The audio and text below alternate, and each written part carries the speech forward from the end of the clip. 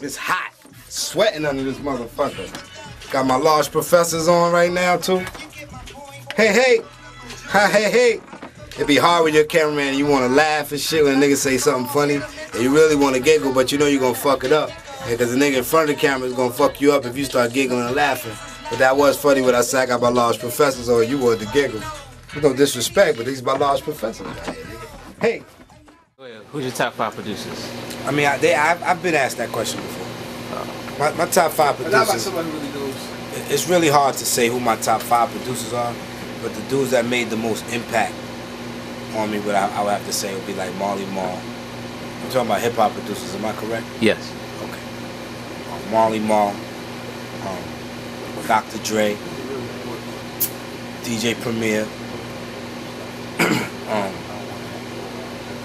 For me, I'd probably have to say, like,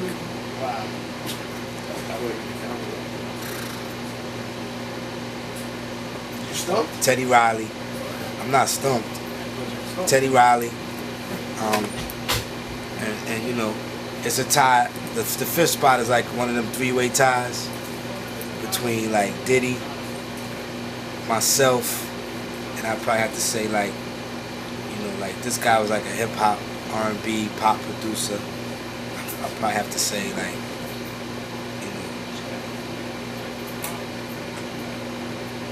you know, it's hard. Like it's kind of hard for that fifth slot. I'm really waiting for this third person. That took me a minute. Why? It's controversial. It must be, because it's taking you a minute. I told you it's hard to pick the favorite producer. So what was that third person in that fifth top spot? We'll come back to that. Oh. All right. Let's leave that for the people for a second. How has your production changed from back then to now? Your production technique. My production technique from then to now. I mean, obviously, I've been exposed to a lot more credible producers and a lot of A-list and superstar artists to teach me some things that I didn't know. So I would say like my production skills have elevated to the point where I've learned more about notes and harmonies and the way songs are put together and arrangements and orchestral situations and you know just how sounds are really put together and sonically the way things could be, should be, and could be. You know what I'm saying? So that's how it's elevated. Just you know, experience really. Is there an artist right now that you like to work with? Like if you just could pick up the phone and just call anybody to like do a beat with them in the studio right then and there.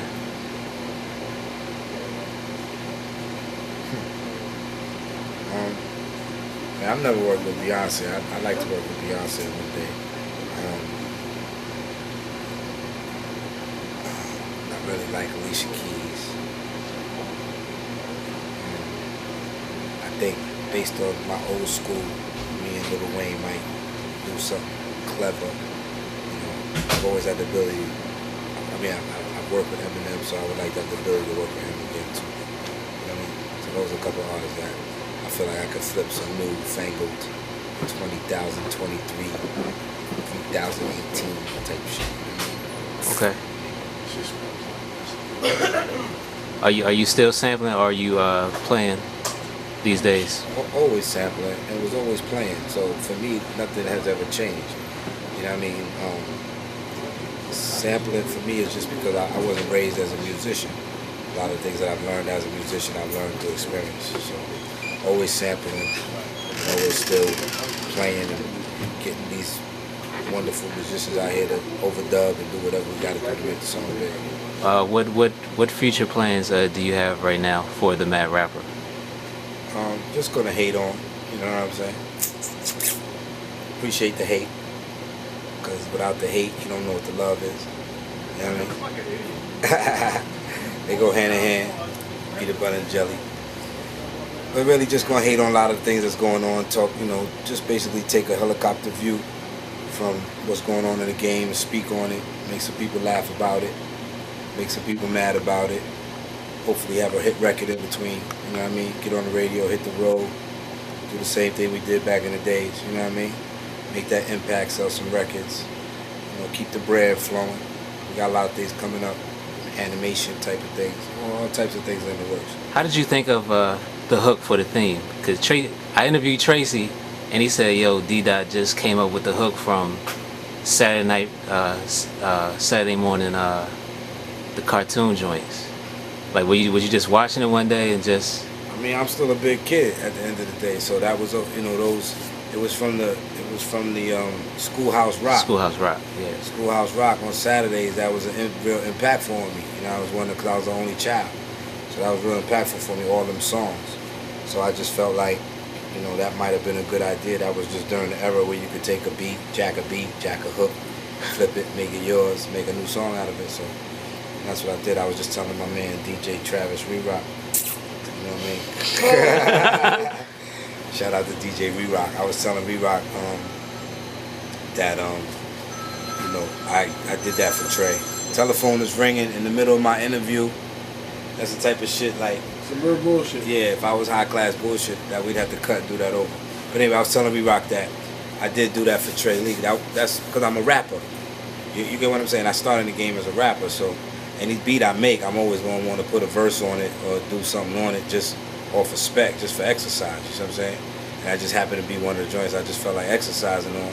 And I told him I thought he'd be hot on it. His boys hated on me though. They thought that record was gonna ruin them. I was like, well, you know, it could either ruin them or make them. I personally vote let's go with What record is this? The Theme. Wow. Yeah, some people thought that shit was too much for him at the beginning. But I was like, you know, you can't help what comes out. It came out hot, let's go. Just, you know what I mean? Right. We didn't have more of those. That was the problem. That's a dope record. We needed more of them. Who was like the fastest dude? Like, you go to the studio and they should be done already, and you be like, damn. Or they be in the booth and you be like, wow.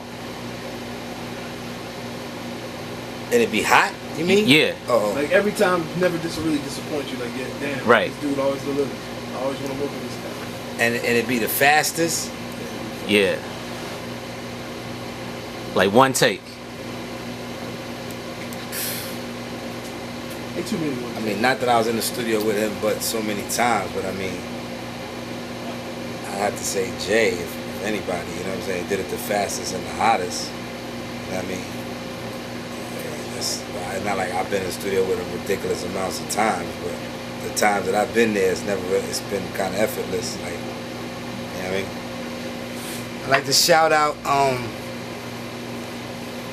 Gadget for falling asleep behind the camera.